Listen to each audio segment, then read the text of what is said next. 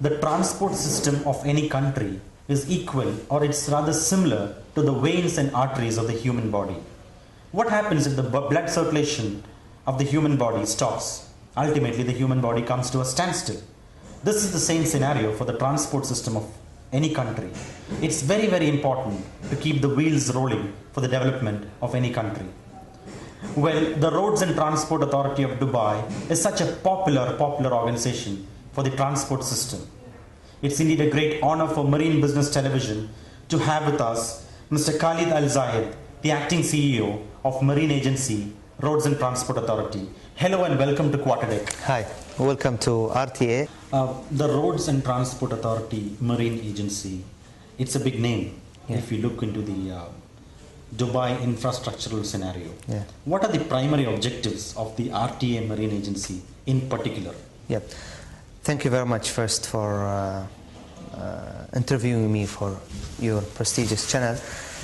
First of all, I think our vision in RTA is to have safe and smooth transport for all.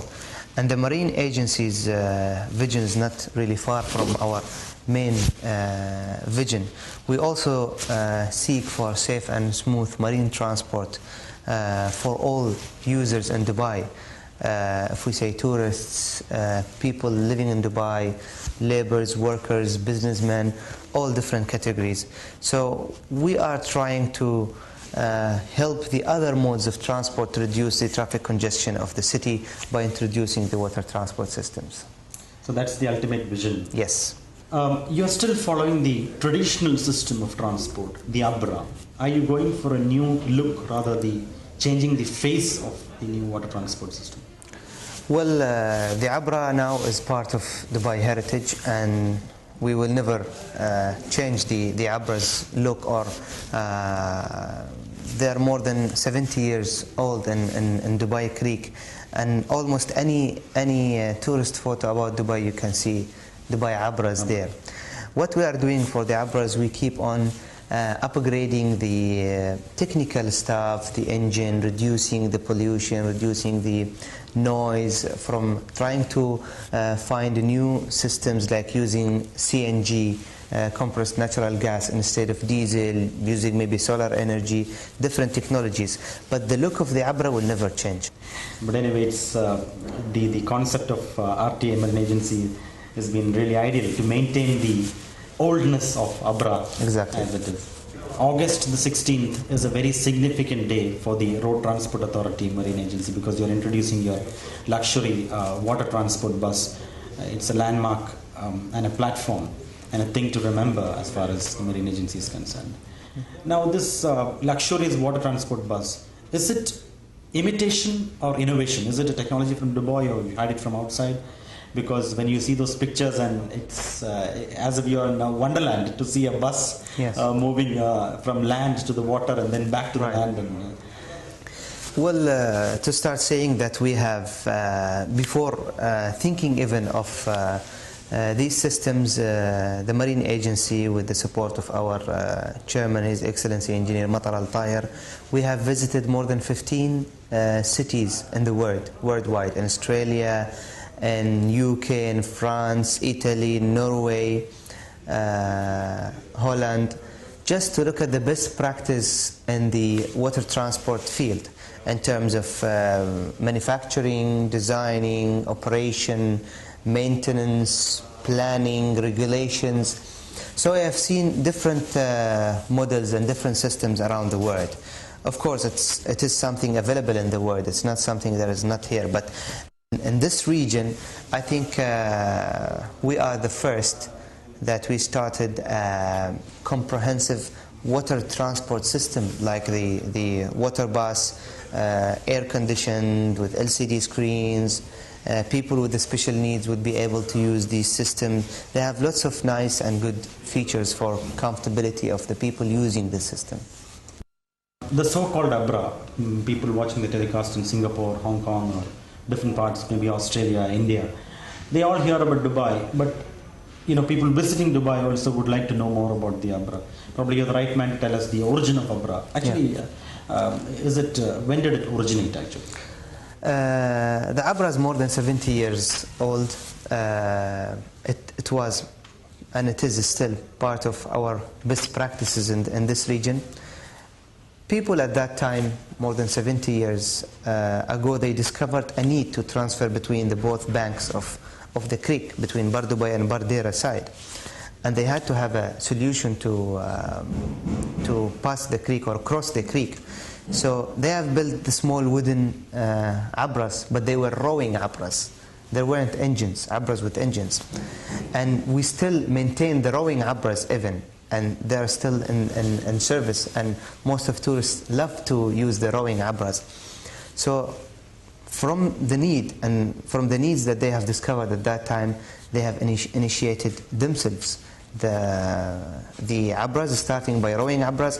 Then by time it has developed to the abras with the engine. And of course, we when the government took that project to make it official mean of transport, has supported it a lot, has built different stations, upgrade the previous steps, the normal steps, to a floating pontoons, where before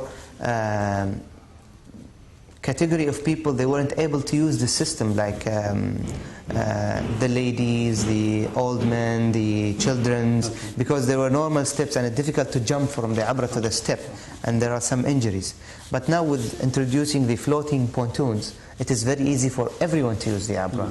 When we walked into the RTA Marine Agency premises with my camera crew and my people, we were having a discussion. The person who's going to come before us for the interview would be a man with his 50s and 60s, but it was strange, and we felt astonished to see a very young man sitting as a CEO. So at this age, it's a huge task and a challenge to bring up this desire and dream of the RTA Marine Agency. So what management styles do you follow, or how do you tackle this? How do you manage it? Yeah. Well, I would like to thank our respectful government and His Highness Sheikh Mohammed bin Rashid Al Maktoum. I have followed a leadership program. It's called Sheikh Mohammed bin Rashid Young Leadership Program. This program continues for 2 years. We have an international university specialized in leadership, which is giving us lots of training and leadership styles, management styles. There are lots of individual programs, and each one of us in this program have a dedicated mentor, and this mentor continues with us for 2 years, and the mentors are very high profile successful people, like CEO of Boeing, chairman of Microsoft, chairman of Apple, CEO of all the Rolls-Royce, all the big companies and successful people. His Highness Sheikh Mohammed is always supporting the young generation because they are very passionate, challenging, enthusiastic. They have just started their career, started getting involved into big responsibilities, and trying to prove that they can deliver and they can achieve according to his vision. About your new projects? Yeah. Well, as I told you, we have a strategic plan until year 2020 in the Marine Agency.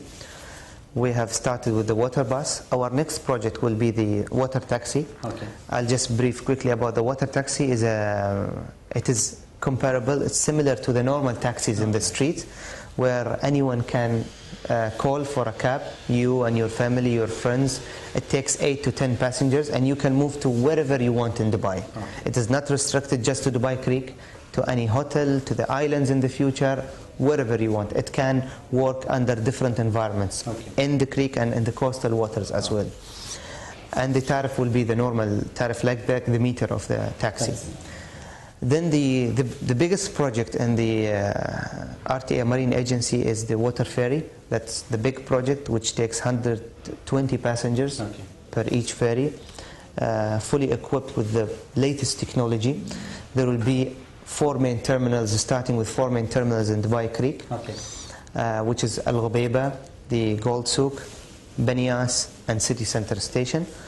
This is as phase 1. Phase 2 will have more stations, then we'll expand to the coastal route, then the offshore route, and ongoing to the other projects. Today the world is converting itself into a global village. Things are becoming smaller, distances are closing down, and it's very easy, accessible with the internet and so on. And even TV channels, so many of them are coming. Now, for the marine segment, for the marine industry, they had to either depend on the exhibitions or the print media. But there was no such media, the visual media, the channel. But today there's a channel, it's called the Marine Business Television Channel. It's the world's first global marine TV channel. What are, as a leader sitting in such a huge post and seeing the world better than we've seen the world, what is your opinion on marine business TV? I think it's a wonderful idea to have specialized TV channel in this field, in the marine field. Globally and worldwide, everyone is going into the specialties. Rather than having one channel does the sport, does the media, does the news, everything all mixed up together. So if I like sports, I know where to watch. Sport channel. If I like news, I watch BBC, CNN, whatever. If I like the marine, I would watch your prestigious channel. So I think it's a wonderful idea, and the future is for the specialized TV channels rather than the general TV channels. Thank you very much, sir, and we know it's absolutely busy for you and a tight schedule. Thank you very much. In spite of all these busy schedules, you've spent some time. You're most welcome. Thank you very much. Thank you very much.